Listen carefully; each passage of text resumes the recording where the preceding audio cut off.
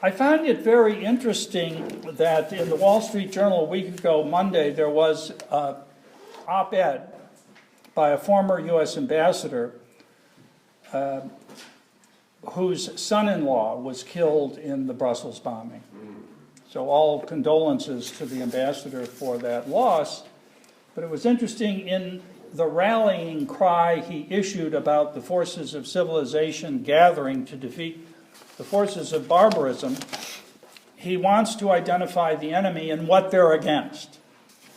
And so he says, let's be clear. This fight is not only against America and Europe, and it is not against Christianity. Well, were that true, there would be no need for such an organization as in defense of Christianity, which there emphatically is. And we're very privileged to have our speaker here tonight, and we're also very pleased to have the co-founder of this group and its president, Tufik Baklini, with us in the back of the room. Thank you for coming. And other members of the staff, Louis Mikhail from Iraq, who's an advisor to IDC, is with us this evening. Very happy to have you here.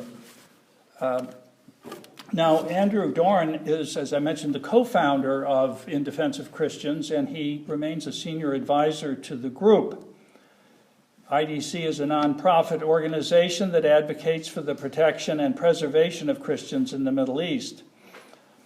As you know, this organization, or if you don't know, I know Andrew will tell you tonight, played an absolutely essential and key role in bringing attention to the issue so that when Congressman Fortenberry introduced the bill in the House of Representatives declaring a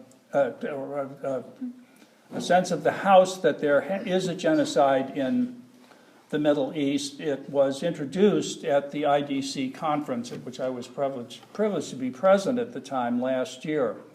And as you know, an extraordinarily unique event happened fairly recently when the House of Representatives passed that resolution unanimously.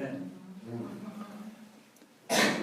In addition to which, Secretary Kerry and the State Department subsequently declared genocide, or designated what is happening there a genocide. However, only after the evidence of that genocide was presented by IDC to the State Department in a nearly 300-page report, which IDC did in concert with the Knights of Columbus. And that, I know, is what Andrew is going to address this evening. I just want to point out, being a Knight of Columbus, in their recent magazine, they point to a poll that they commissioned in which the majority of Americans say Christians face genocide in the Middle East. So that message has gotten out, and it has gotten out in large part because of this wonderful organization In Defense of Christians. Just a few more words about Andrew. He's published dozens of articles about U.S. foreign policy and human rights with the focus on the Middle East. He previously served at the U.S. Department of State and the Bureau of International Organizations, for which my condolences, on the Executive Secretariat of the U.S. National Commission for UNESCO. He'll be talking to us tonight about Christian genocide, evidence for its designation, and saving Christianity in Iraq. Please join me in welcoming Andrew Doran.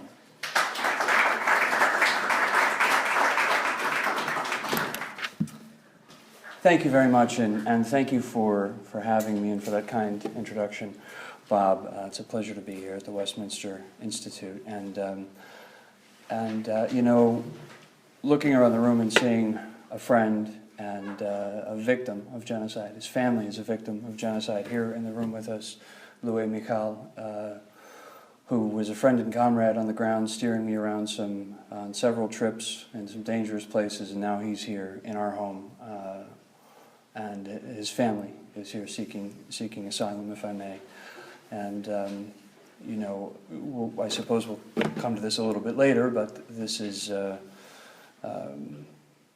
greatest evil, I think, on the planet unleashed now before us with ISIL, and the victims are not only our brother and sister Christians, but our brother and sister human beings, Sunni and Shia Muslims, Yazidis, all of those people who lay in the path of ISIL, defenseless, and unfortunately, I'm afraid this caliphate's not going away anytime soon. It is something of an injustice, I think, to hopefully a small one, but an injustice to be credited with so much. Whereas I feel as though I've been sitting back, watching so many people do so many remarkable things, and of course, great credit to Secretary Kerry, Ambassador Rabbi David Saperstein, a friend and hero who's led the way on this Knox Thames at the State Department.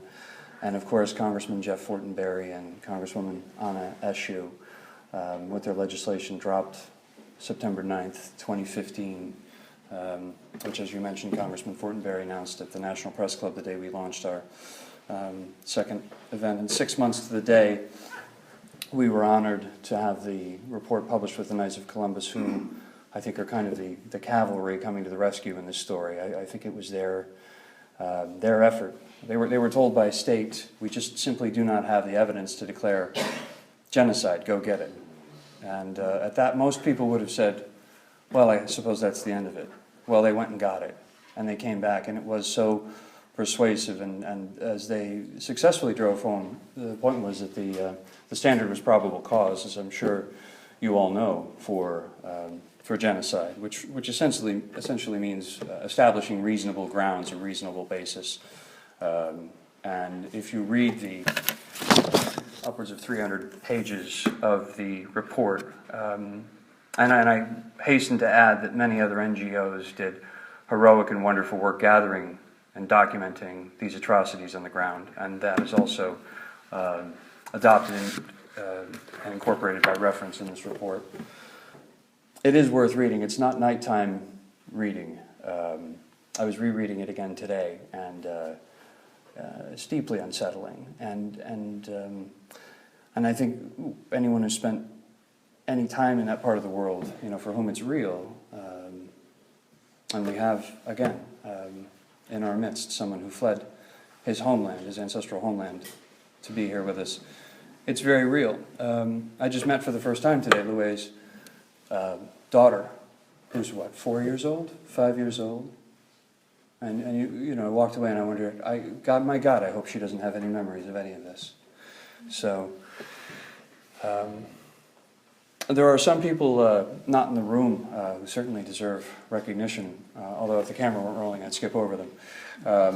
Bob Destro, the indefatigable professor who spent time working on the language, Dr. Stanton, the many Hill staffers who did just such a wonderful job putting in the overtime to see through so much of this, and of course, as I mentioned, the Knights and IDC's own staff, who was overworked, and in the interests of not revisiting salary negotiations, I won't add underpaid, but since they may be present. But we really have an amazing team, and I was talking to Marty in the hallway before coming in. One of the great things I think that we've seen certainly over the last 6 months is the various groups of Christian, those advocates, organizations and individuals who have given their voice to speak out on behalf of the Christians of the Middle East, working in much greater unity. I was looking over my notes, and I was looking at something, and I thought, well, I was very pessimistic about that, and it happened. Well, I was very pessimistic about this, and it happened. I was pessimistic about the genocide resolution. I was pessimistic that it would even get to the floor, and then it passed unanimously. And then I said, well, okay, well, we have to plan for, the Secretary of State's never going to declare genocide for Christians, so we have to plan for this and move on accordingly. And then 8 days later, he does.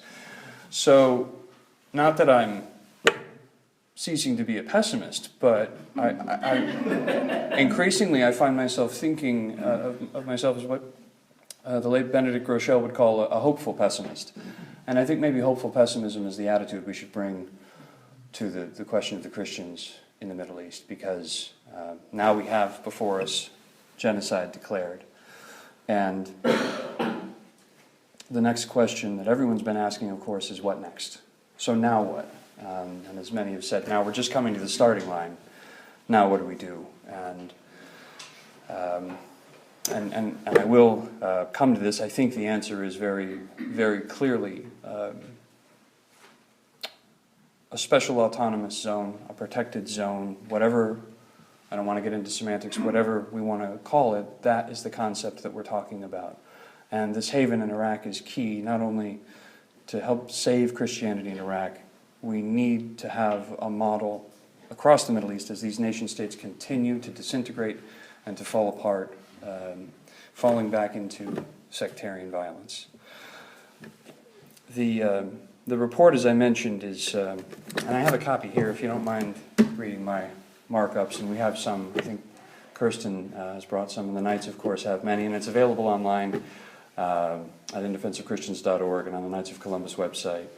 I think 286 pages in a PDF, and at a minimum, I think if you don't want to take the whole thing, I think it merits reading the executive summary, which is well crafted and very persuasive.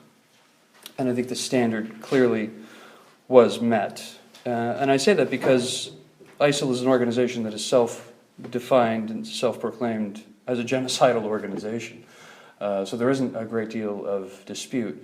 One concern I have, and I think most in the room will remember 1994, the Rwandan genocide. There was a moment when, as heads were being lopped off and people were being slaughtered almost in real time, this descent into a semantic debate which had the effect of being thoroughly dehumanizing. And one of the fears, one of the things I was pessimistic about, was that this was going to descend into that, and that it was going to be this back and forth.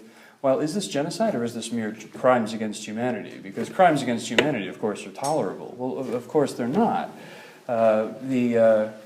What Assad has done in Syria certainly constitutes crimes against humanity. Now, by the legal definition, does it meet the threshold of genocide? I think probably not. But let's just suppose that that's the case for the sake of argument. Mere crimes against humanity is certainly sufficient to command the outrage of the entire international community, and one would hope compel them to action. What action precisely?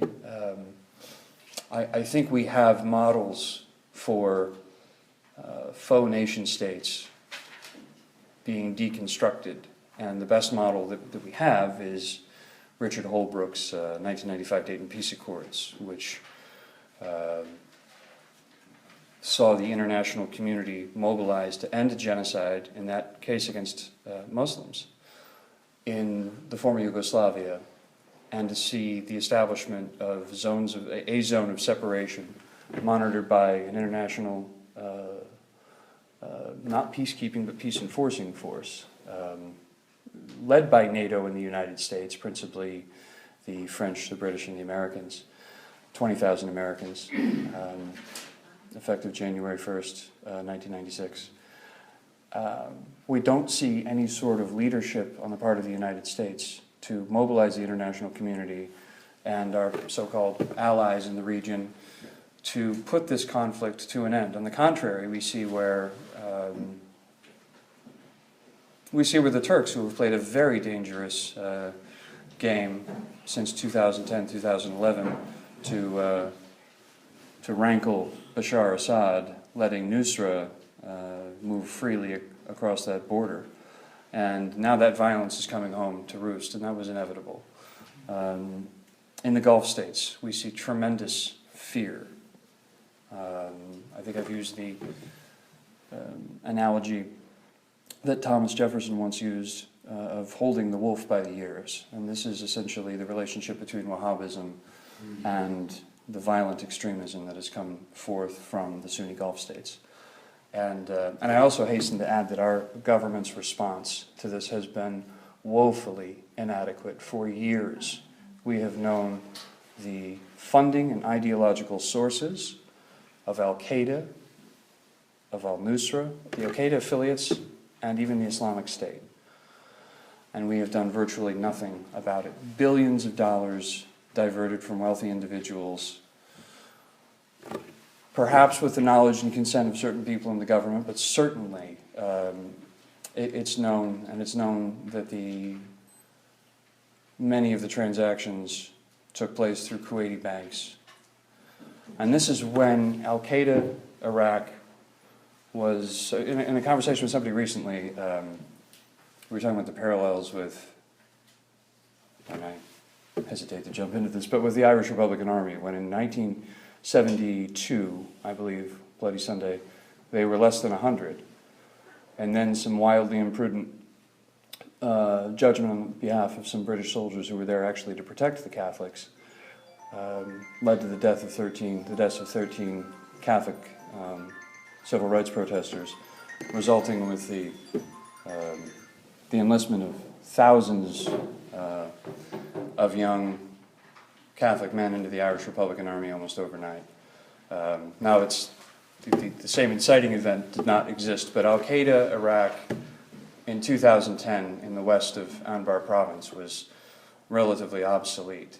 And then the Syrian civil war came, the Arab Spring came, the revolt against Assad, Assad's thuggish regime crushing, murdering children essentially, and sparking a revolt among Sunnis. And I think reasonable minds may differ about whether or not there was any real hope of a moderate Sunni rebel force emerging, but now it does appear pretty clearly and convincingly, I think, that the overwhelming majority of those on the rebel faction tend to be somewhere on the Islamist spectrum, and the two most powerful groups, of course, are ISIL and Nusra, who have competing ideologies and interests, but I don't think this is a case where we can say the enemy of my enemy is my friend. Yesterday I heard former Congressman Frank Wolf speak before the Tom Lantos Human Rights Commission, along with Carl Anderson, Supreme Knight of the Knights of Columbus. And former Congressman Wolf was, as always, unafraid. And he sat there in his chair and he said, we know where the funding sources are coming from, and our government is not doing enough about it.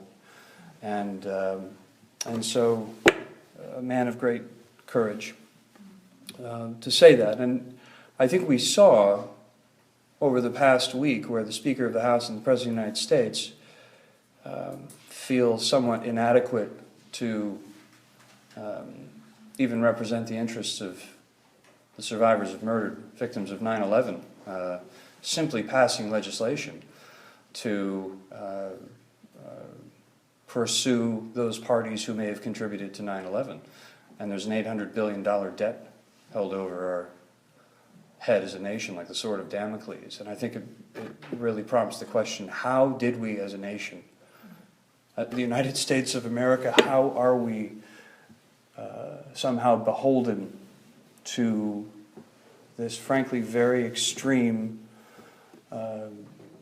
regime in the Gulf?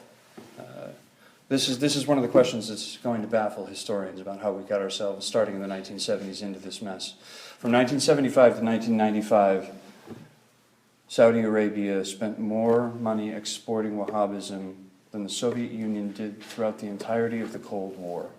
And that's just pre-9/11. Now just imagine how many terrible regimes we might have given those trillions of dollars in wealth to, who would have done less harm, starting with the Soviets.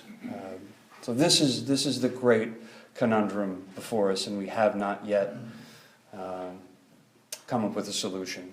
I was having a conversation a couple of years ago with a foreign policy advisor, one of the current presidential candidates, and this advisor said, we were having a conversation about this, and the advisor said, well, the only solution here is energy independence. Correct though that may be, it's a completely inadequate response to this. I mean, it's very late in the game for energy independence, and the substance of the harm has been done. And we should think not only of those 3,000 plus victims on September 11th, but also the eradication of Christianity in the Middle East, of the blood of Americans that was shed in Iraq, and whether it was shed by Iran, proxies of Iran, or proxies of, or terrorists funded by private individuals in the Gulf state, what difference does it make? That's American blood that ultimately had to be shed because this extremism was spread by petro wealth. I was having a conversation with another advisor to one of the former candidates of this past election cycle. It seems like there were so many on the Republican side. It's not shocking. We're down to a few, and you know, it was a very telling conversation about, you know, that frustration about the nexus between our energy dependence and radical violent extremism, and just the sense of helplessness that was reinforced in that conversation was very discouraging. So the U.S. government certainly has tools. I was going to add, we were talking about Iran in that discussion, and I said, do you know what the number 2 revenue generating industry in Iran is? And he said no, and I said I don't either, but I don't think it's significant. That nuclear program is being funded by oil revenue. All of the threats to American national security are being funded through the oil revenue of people who do not share our values or our strategic interests. Okay.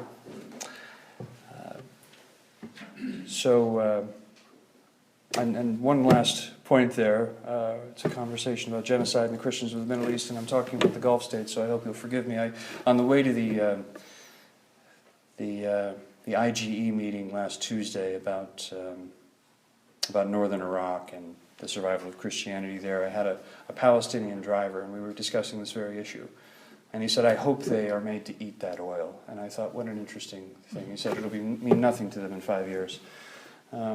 And remember that going back to the 70s, the principal source of funding for the PLO was from the Arab Sunni Gulf states. So this problem has taken on different forms over the decades, but it is the same problem.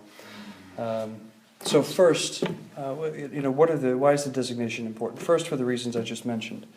It brings to justice not only the individual soldiers who are carrying out these atrocities, this genocide, but also those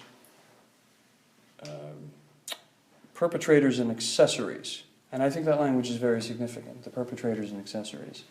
And I think this is something that we must key on, because as we pursue the ideological and the funding sources, that's certainly going to be very important. And all of the agencies of the U.S. government must be directed toward what I think the next steps are, and that's restoring the victims to justice. Now, what does that look like?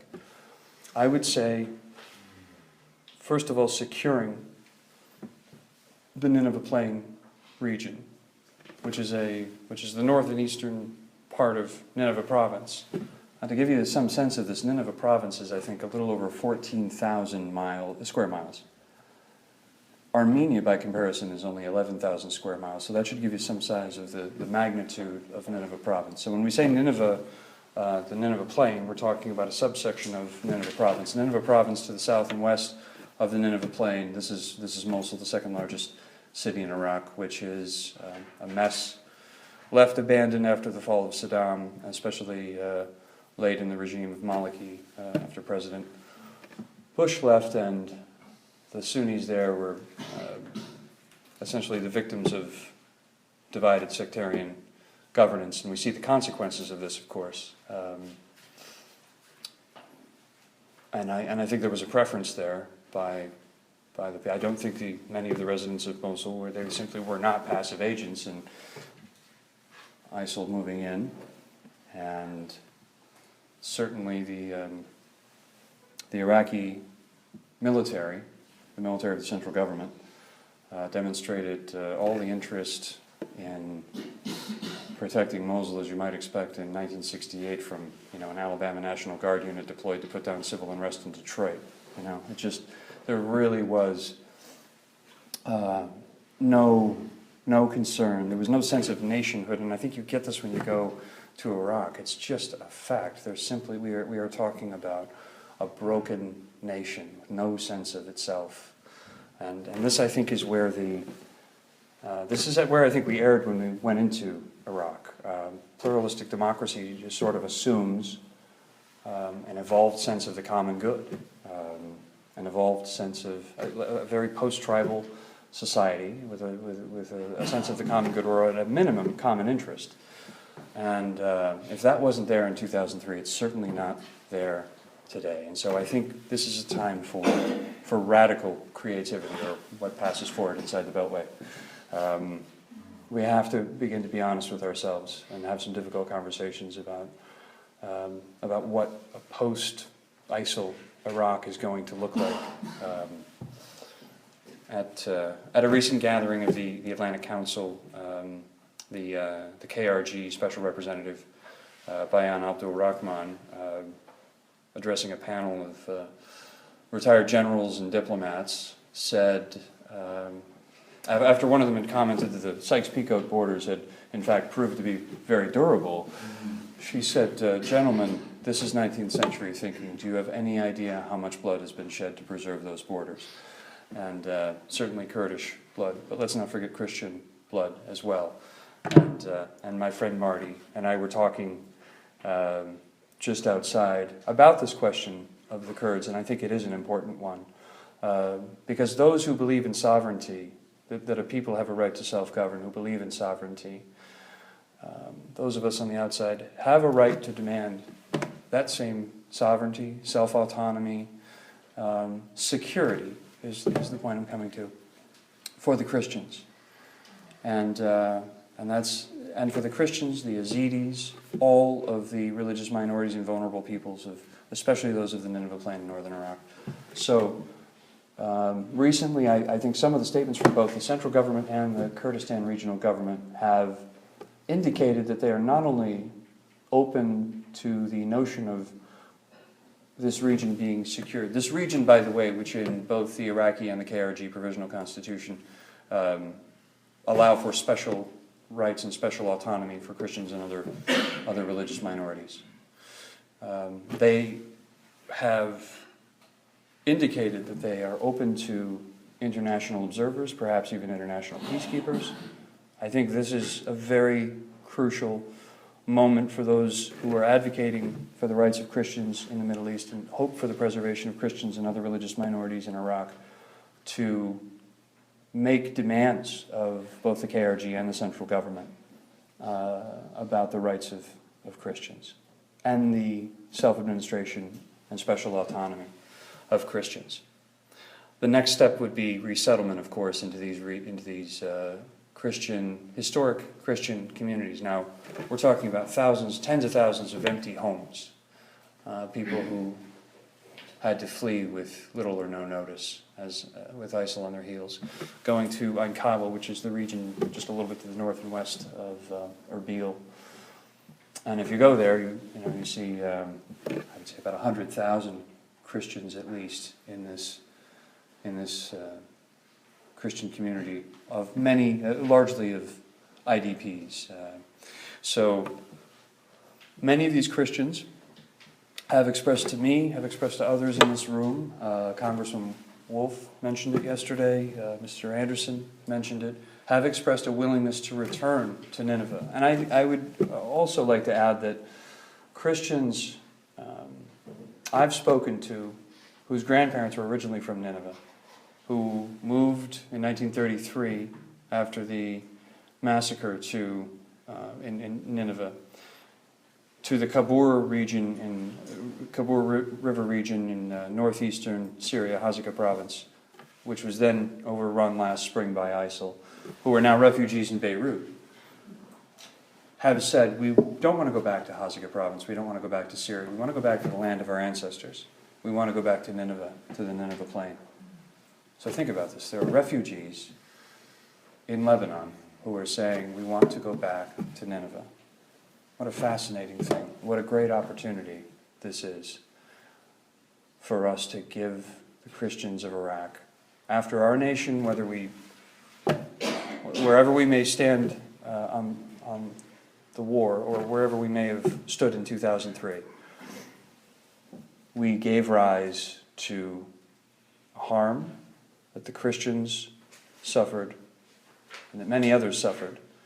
And we have, I would say, I know that some may debate, the duty to intervene, but I think we do have a duty to protect, especially where our conduct contributed to the danger that many now face. And as Carl Anderson noted yesterday, it's not genocide declaration and we move on. This is an ongoing thing. The genocide is taking place right now, and so long as the Christians are not permitted to return to their homes, this genocide is ongoing. And so we do have a duty. And the question, I think, before us is, what do we do? These are my thoughts. And I would say that there are many others who are, I would say there's a growing, emerging consensus on this. Now, what this looks like, I don't know, but I'm, as I said at the outset, something of a pessimist, a hopeful pessimist about the survival of Christianity, specifically in the Nineveh Plain region. So, security, resettlement, revitalization. This is the third point. Economic revitalization will be necessary, and it will need to be very swift, because we have a number of people already facing a very difficult choice of, do I leave Iraq for Europe or for the United States or Canada or Australia, or do I cling to the hope that I may get back into my home one day soon? Many who are there have committed to staying, and I believe they want to. And so this piece of economic revitalization is key. I'm proud to say that Stephen Hollingshead, friend and colleague, has been doing work on behalf of IDC to look at that very question. What can we do to spark a very rapid economic revitalization for the Christians and the others who return to the villages in the Nineveh Plain? And what might be done while they are still internally displaced persons? And I can't even begin to do justice to Stephen's comprehensive vision for what ought to happen. But I will say that he's contemplating everything from microfinance and microinvestment to revisiting current banking practices, and has had a number of very positive meetings with people who I would say even 3 years ago would not have been aware that there are Christians in the Middle East, and now are aware and want to do something about it. And I think that speaks volumes of about the many wonderful people, some in this room, some not in this room, who've committed their lives or a portion thereof to this work, to preserving Christianity in the Middle East. There again, where I was once very pessimistic, I think there really is hope, and I think there are opportunities, and I think this is where, if one of the dangers of American institution building, and this is what we do well, we do institutions, we do very large, well-run institutions that are very impersonal, we do that very well, and there are dangers when you're talking about things like genocide, just becoming a kind of meaningless term, an impersonal term. But one of the things we do well is grow institutions, and this is where I think leveraging these institutions in the Middle East to help rebuild what was destroyed. I think there's a great opportunity before us, and I don't know that a complete sweep of Mosul is going to be necessary for this resettlement and revitalization and the security portion of this to begin. I think there are different minds on this. I don't know that even a few years from now, if Mosul is going to be completely cleared, I don't know that it's going to look like it. I don't know that it's ever going to. It didn't look very good in 2006 when Archbishop Braho was kidnapped, tortured, and murdered in a dank basement in Mosul. So these problems in Mosul did not begin in 2014. This is a long-term solution. I'm not optimistic that the Iraqi military can liberate. I'm not optimistic that the Kurds are keen to shed blood to liberate a city and then pull out of it. or that they frankly have the means or the capability of the training for offensive warfare, or the sort of urban warfare that's going to be necessary. But just coming back to it, there are a number of groups looking at these possibilities of how to help the Christians there, and they're leveraging ingenuity, and so that is something of a source of hope.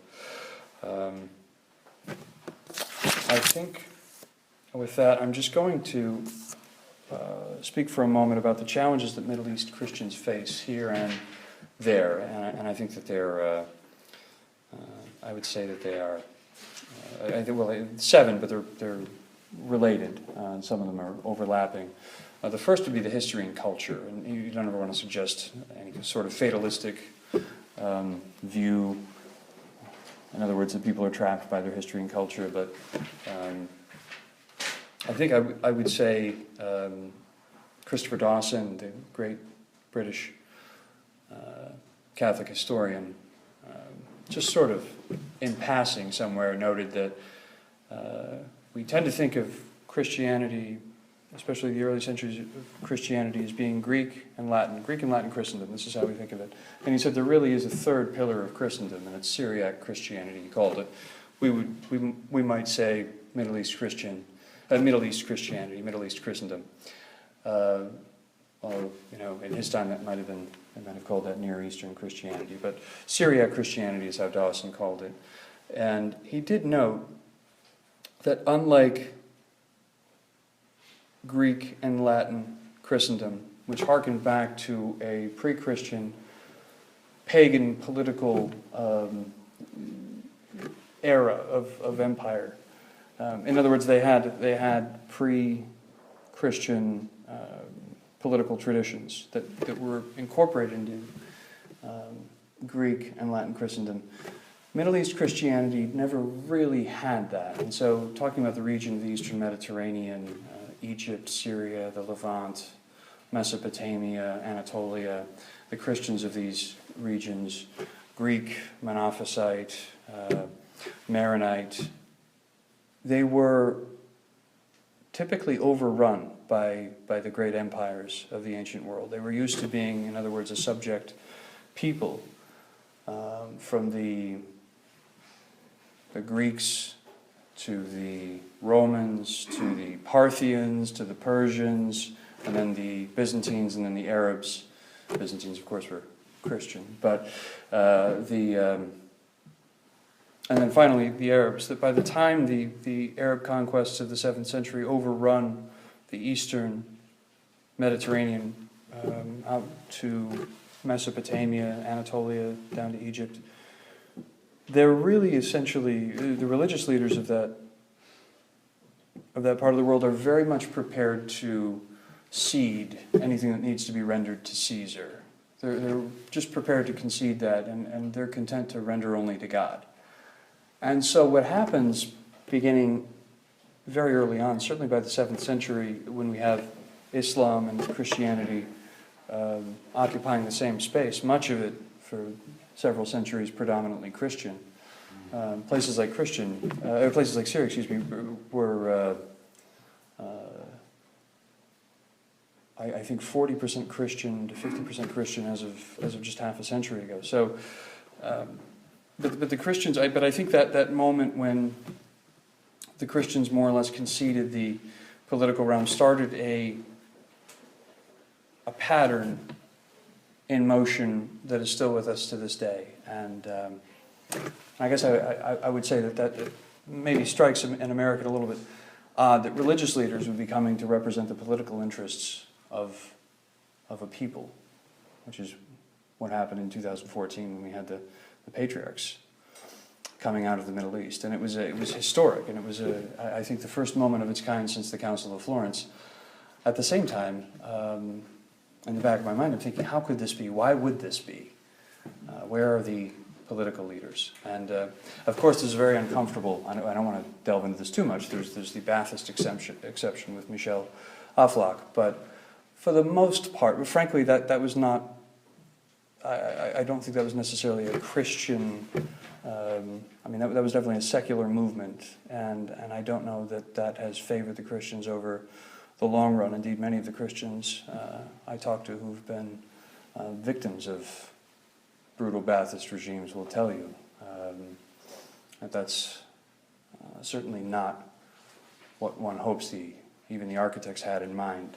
So I guess the greater point is that there isn't an independent political culture that developed among Christians in the Middle East. There isn't that willingness to engage, and we see that to this day in Syria, where a significant number of Christians on the ground are perfectly willing to cede their voice to a regime that is essentially discredited worldwide. Now, not for me to judge them, and my heart goes out to them, and what a terrible captive place that must be. I don't think anyone in this room would trade places with a Christian in Syria, and so I think we dare not judge. However, looking at it from 50,000 feet, or perhaps in the context of 2,000 years, I think it's safe to say that the absence of an independent political culture is certainly not ideal. Now, where I do see that developing, and I am optimistic, is in Lebanon, and I think the Christians of Egypt, Iraq, and Syria, however imperfect Lebanese politics is, and it certainly is, there is access there to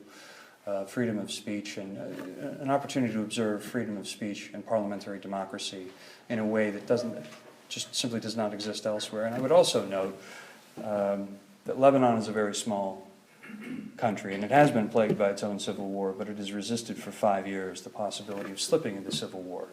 But the fact that Lebanon is small shouldn't really give us we shouldn't dismiss it for that reason. On the contrary, I think what's beginning to emerge across the Middle East as these nation states, especially Iraq and Syria, are falling apart, is the fact of local, regional governance. I heard someone in the Middle East, a very thoughtful gentleman, say what's coming with the collapse of these false nation states is the rise of the city-state, and it's beginning to look something more like what existed in Europe, and I thought that was a fascinating observation. I can't claim credit for it myself. Quickly, demography is certainly a challenge. We've looked at the twin problems of the exodus of Christians and the comparable birth rates of Christians, and the prognosis there is not necessarily encouraging, and I think this is another reason why we should look at regional and special autonomy. The third point would be what a Middle East Christian advocate and a Syrian called the dialectic. We were sitting in a room on Capitol Hill, and he said the biggest problem we face is the dialectic, and everyone in the room just sort of glazed over, and I thought, well, that's interesting. He's spot on. And his point was that the Christians of the Middle East among the American foreign policy establishment are not regarded sympathetically, because institutional Christianity in the West has traditionally been identified with the oppressor class. And this, of course, is Hegel's dialectic of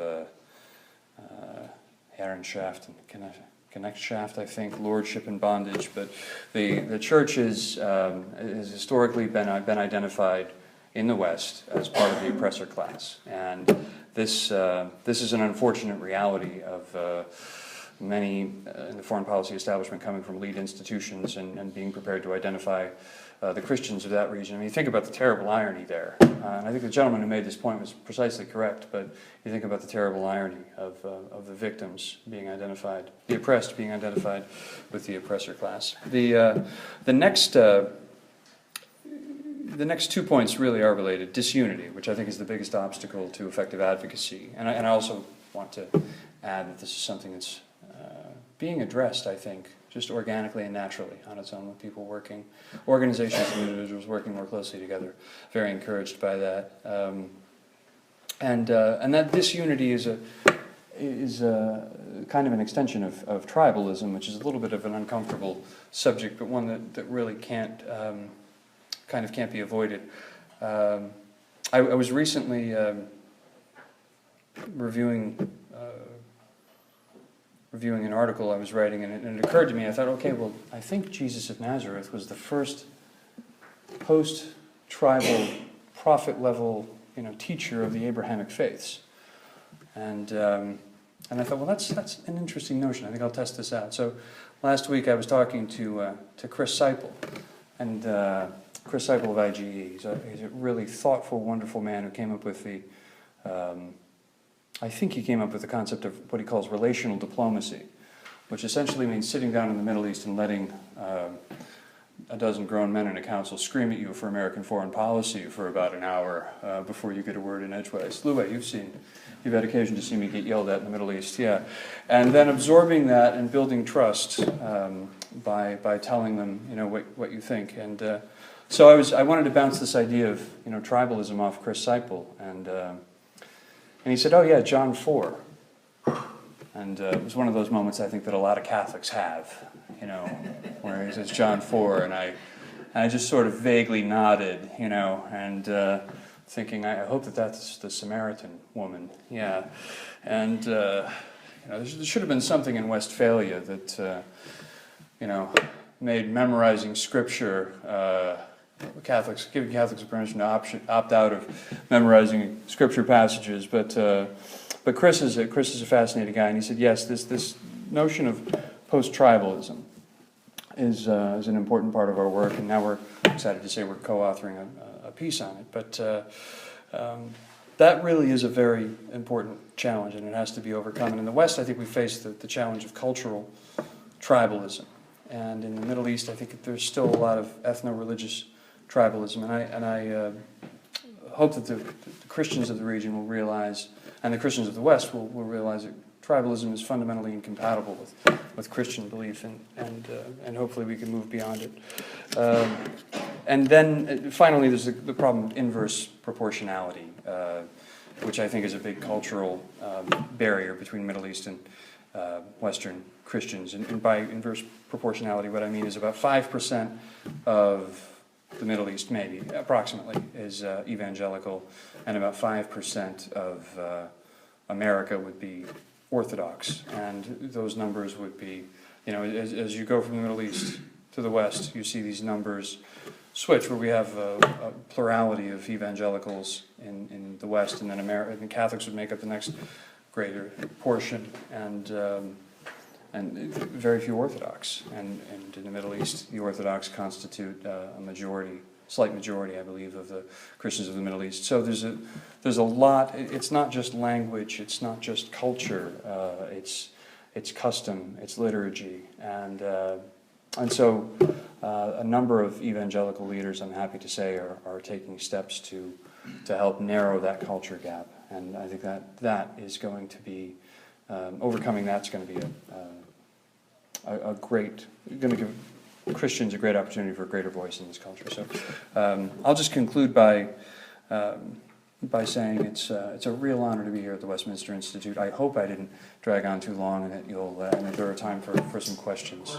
Okay.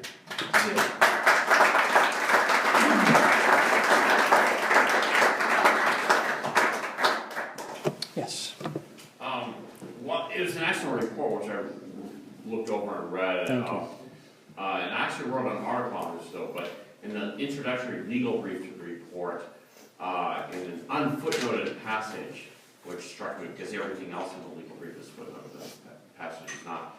There was discussion of the jizya, the poll tax for Christians, being a substitutionary tax for military service for Christians, as was referenced by Bob Destroy, your legal advisor who signed on to the legal brief at the press conference at the National Press Club on the release of the report. Where did that idea come from, that the jizya is merely a substitutionary, sort of similar to like the Civil War experience here in America, that you have the bonus jumpers and so forth, that I could pay my way out of the draft for the Union Army. That was the idea that Bob Destroy on this were. That's a great question, and I'm afraid I think you'd have to ask Bob. I'm not familiar with that, and I couldn't answer that question. I thought that the jizya portion of the report was very significant, and in some meetings with members of our government, I heard people at different points dismiss, it was sort of the mere crimes against humanity, tendency that you saw. Oh well, the Christians, it's really not that bad. They can pay a tax. Well, the report went to great lengths, I think, to make the case that this is not what's going on. This is not the historic traditional jizya tax that's being levied against Christians. In fact, when 3,000 Arab Muslim warriors conquered all of Byzantine-held Egypt in, I think, the year 642, they were able to do so because there was a great deal of support among the Monophysite Christians of Egypt. And once they conquered Egypt, the Caliph was not keen to convert anyone to Christianity because he was raking in all this money. And there isn't evidence historically that it was anything like what we're seeing in Iraq and Syria, in Raqqa and Mosul, at the hands of the Islamic State. I am afraid I can't answer your question. I just don't have, I can, I'd be happy to reach out to Bob Destro or put you in touch with him if you'd like to follow up with him. But I don't feel as though I'm competent to answer that specific question because that's one area I just don't know enough about. Yeah. Doug. Yeah, thank you, sir. Thank you. Drew, thank you for your report. It's a fantastic report. Thank you. I'd like to ask a question about what you said about Mosul and the Mosul campaign. So if I heard you correctly, you said that the Nineveh plain could be secured and there could be economic revitalization even without taking the second largest city of Iraq. So that's, there's 1 million people there at least. There's at least 4,000, maybe 4,000 or more Islamist fighters. We're talking about Mosul. In Mosul. Yeah, I think it's in excess of 3 million, the population. No. It's 2 million. Okay, it's 2 million. Are Okay. you sure? Absolutely. It used to be 2 million. Are these Well, still maybe there? many left. Okay, yeah. I've heard. Well, let's say it is They 1 brought million. Some from Syria. Oh, okay. Brought So people the, back in. the, the original people who left Mosul, Okay. some So they they brought came in from people, Syria. okay. Yeah. It's a big sprawling city. It's huge. Yeah. There's many universities there. So, by the way, I used to live in Kirkuk, and so I want everyone Okay. to know that Nineveh Plain is one of the most attractive places in the world to live. This is an ancient wheat-growing area. This is wheat that's been growing there for 6,000 years. It's great land. It's got water with the Tigris River, and as Louay will tell you, it's sitting on top of a lake of oil. There's a tremendous amount of petroleum. The richest petroleum fields in Iraq are in the north, and they go right into Mosul. So this is precious land, and also it's empty. As Louay will tell you, a lot of the people who used to live there, they're gone. So there's a tremendous amount of real estate that's available to be resettled, and it's great for truck farming. That's you were in the State Department, so the agricultural experts that I worked with in Baghdad said this place could be fantastic for truck farming, just like they do in Israel. So my question to you is, we're talking about economic revitalization, but we know that it would be very dangerous and very inhibiting for people to try to live in an area that's only 20 miles away from a country that's infested by killers who have hundreds of suicide bombers who would just love to go kill farmers or kill industrialists. How do you see the repopulation of the Nineveh Plain without taking Mosul?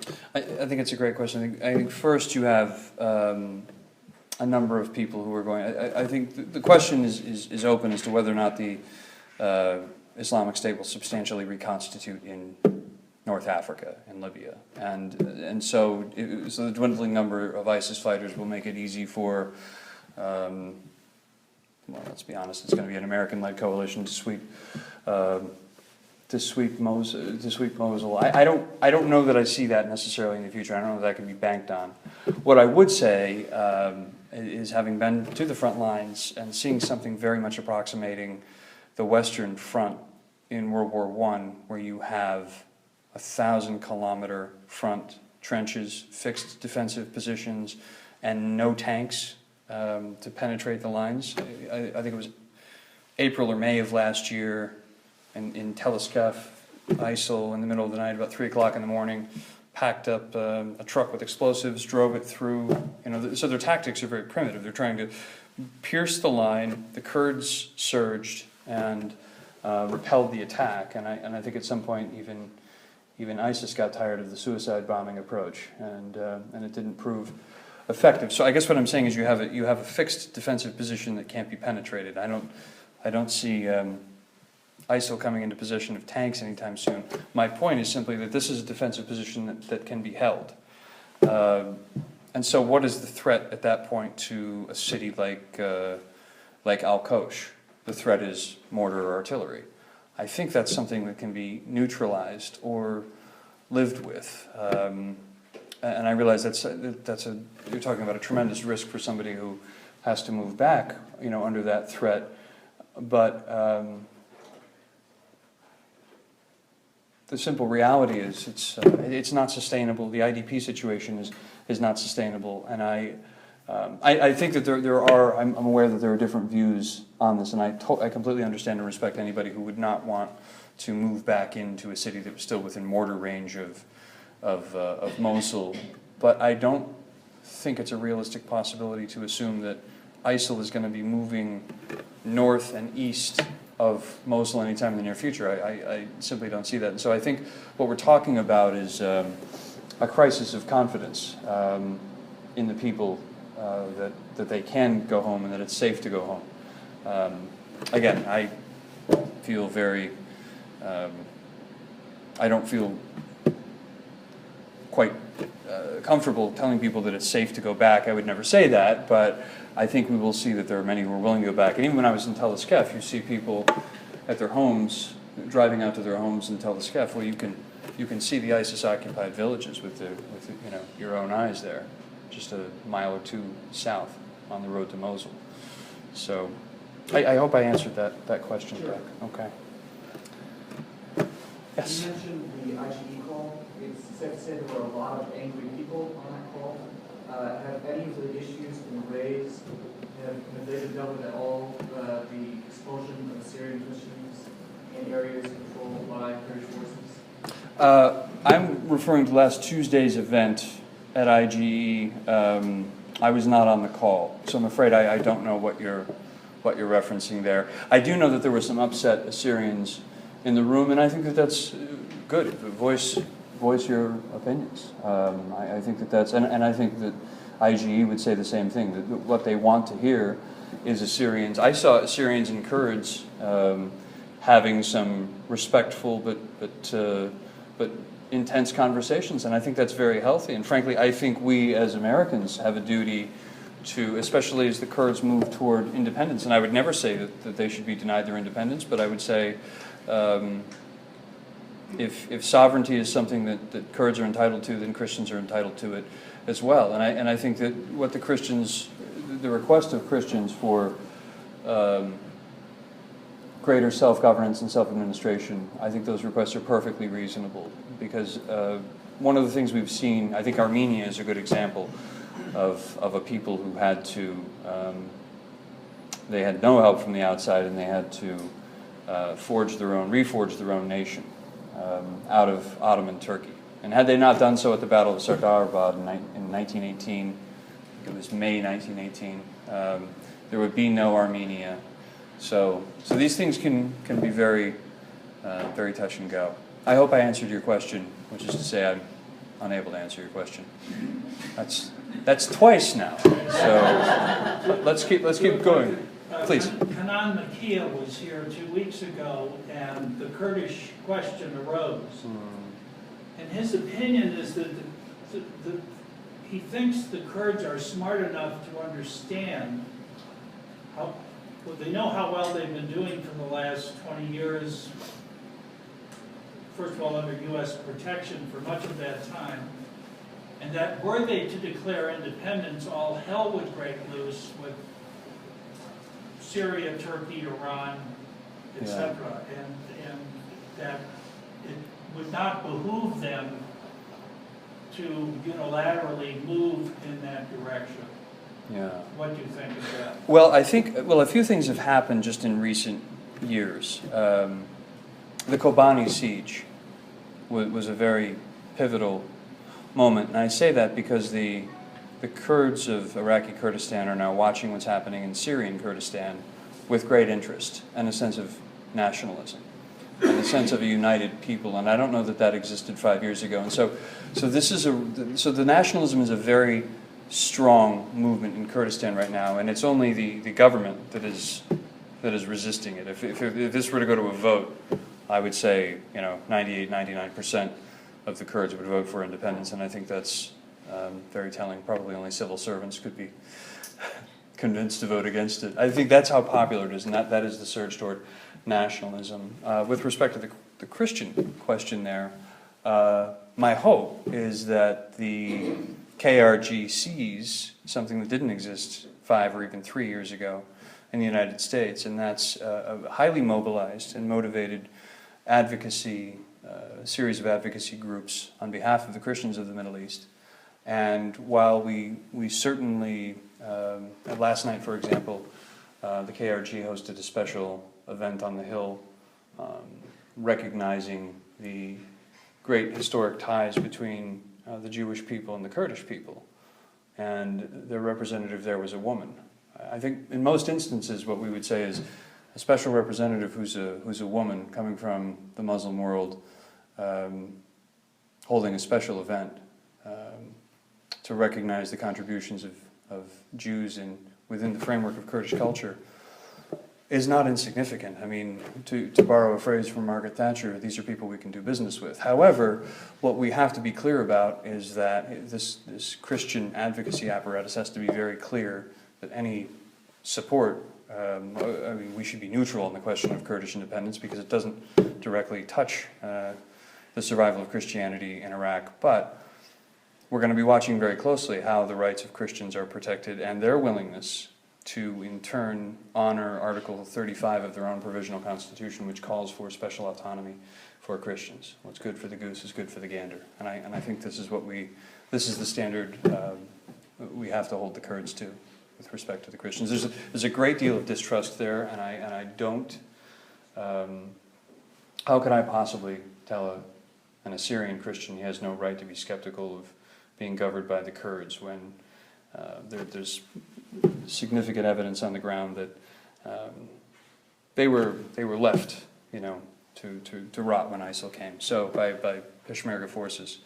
Now the Peshmerga are nothing like centralized or unified, right? I mean, it's just that's something that's a helpful projection to the West, but they're governed by more or less by political parties. There is increasing centralization, and there is a movement toward independence, but they're trying to project more orderliness, I think, than exists in reality.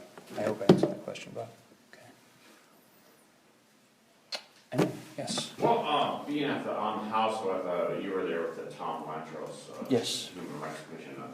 The one phrase that struck me from Ambassador Saperstein was he talked about we're trying to seek a pluralistic democratic Iraq. So I guess I was thinking of George W. Bush again, but how are these ideas in policy circles working of Kurdish independence or an autonomous or independent or autonomous zone? I think the autonomous zone is somewhat consistent with the, let's call it Biden-Gelb. Joe Biden's 2006 co-authored piece in the New York Times with Leslie Gelb calling for, in essence, the Dayton model to be implemented in Iraq. It's not calling for the breakup of Iraq, it's calling for decentralization, a more federated governance structure, more regional autonomy. I think certainly a step in that direction is what's called for. I can certainly appreciate that Ambassador Saperstein might not be comfortable deviating from the talking points at state, but and I certainly would agree with that. This is what we would all love to see, pluralistic Iraq, but it's simply not the reality right now. So we have to deal within the framework of reality. I don't know that the U.S. government can fund a program that's going to cause Iraq to transcend sectarian and tribal violence anytime in the foreseeable future. I don't even know what that program would look like. So I guess what I'm saying is we have to deal within the framework of reality. And I was there and I did hear some. I thought Robbie George's remarks were wonderful, of course. I did hear some people discuss the limits of state action and the possibilities of NGOs, but not just, but also how much of this means engaging in civil society. And there, I believe Rabbi Saperstein did talk about the importance of engaging something like what Chris Seipel would advocate, relational diplomacy, really at the town and in the village, the individual level, for these communities to reconcile. I think that really is what's going to be what's going to be necessary. I hope I answered the question. I think Oh, okay, we're at, maybe Steve, do you have a quick one? Sure. Steve Bachman. I have a question. The language you use in discussing the issues of violent extremism language itself has a certain origin and has a certain narrative that generates, that kind of generates also, I would say, questionable outcomes and questionable oppositional tensions. So that, for example, we're talking about the Wahhabis and then in their extreme, or we're talking about what Turkey's doing and that might be extreme, or what the Kurds are doing, and if they're doing it, it leaves them hanging high, it then becomes extreme. yeah. The question I have is, there is something underlying the violent extremism which can be explained in terms of just basic Islam. Is there any, cutting through the dance of violent extremism, any attempt to actually really connect up the dots and saying there's something completely authentic, even if violent drives this? Bob and I were talking before we started out here, and maybe it was earlier. It was earlier today. We were having a conversation. And I said every conference I go to is true last week. Every conversation I'm a part of, people are moving around. It seems they're unable to quite put their finger on what the problem is. And I think the Regensburg Address hits it, nails it spot on. And it's very rare that I would say publishing a book is courageous, but The Closing of the Muslim Mind by Bob comes very directly to this point. What we're seeing is a crisis of reason. When you read this, what you're reading about is a crisis of reason. And my own belief is that violence before it's carried out with the wielding of a sword or the firing of a gun is first an act of violence against reason. In other words, it's a form of violence against reason. And this is what we're seeing. What we're seeing is violence to reason. I'm not keen to jump into the plausibility of your revealed religion against the plausibility of my revealed religion. I think what we ought to strive for is a notion of common reason. And by that what I mean is what can you and I and the next person agree to, independent of revealed texts and revealed faith, about our common humanity. And that, in a word, is Hellenization.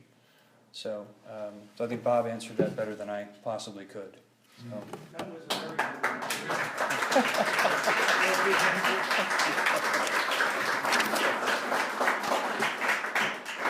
one. Andrew, thank you very much. I want to acknowledge the presence in the room of Drew Bowling. As I mentioned, Congress Fortenberry's great role in the congressional resolution as having introduced it, and Drew worked so hard to bring this to fruition that he is owed a great deal of thanks, along with IDC and all the other organizations that work for this. And I should mention in that respect, our office mate here at Westminster is Barnabas Aid. And you may see in the next room the literature from Barnabas Aid and the work they have done to help persecuted Christians in the Middle East and elsewhere, and also to bring greater attention to this. And in fact, with Drew's help, Barnabas Aid will be presenting Congressman Fortenberry with the tens of thousands of petitions they also signed to help draw attention to the same issue as does IDC. So thank you very much for coming.